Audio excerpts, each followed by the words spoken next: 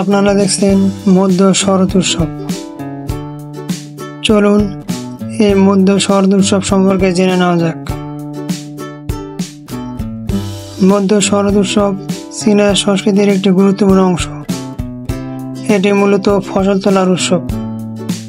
এই উৎসব চাঁদ উৎসব বা মুনগে উৎসব নামে পরিচিত। চীনা চন্দ্র পঞ্জিকায় ৮ম মাসের ১৫ তারিখে এই উৎসব উদযাপিত হয়। যেহেতু চন্দ্র পঞ্জিকা চাঁদের হ্রাস বৃদ্ধির উপর নির্ভরশীল, তাই প্রচলিত গ্রেগরিয়ান পঞ্জিকা অনুসারে প্রতি বছর একই দিনে এই উৎসব পালিত হয় না।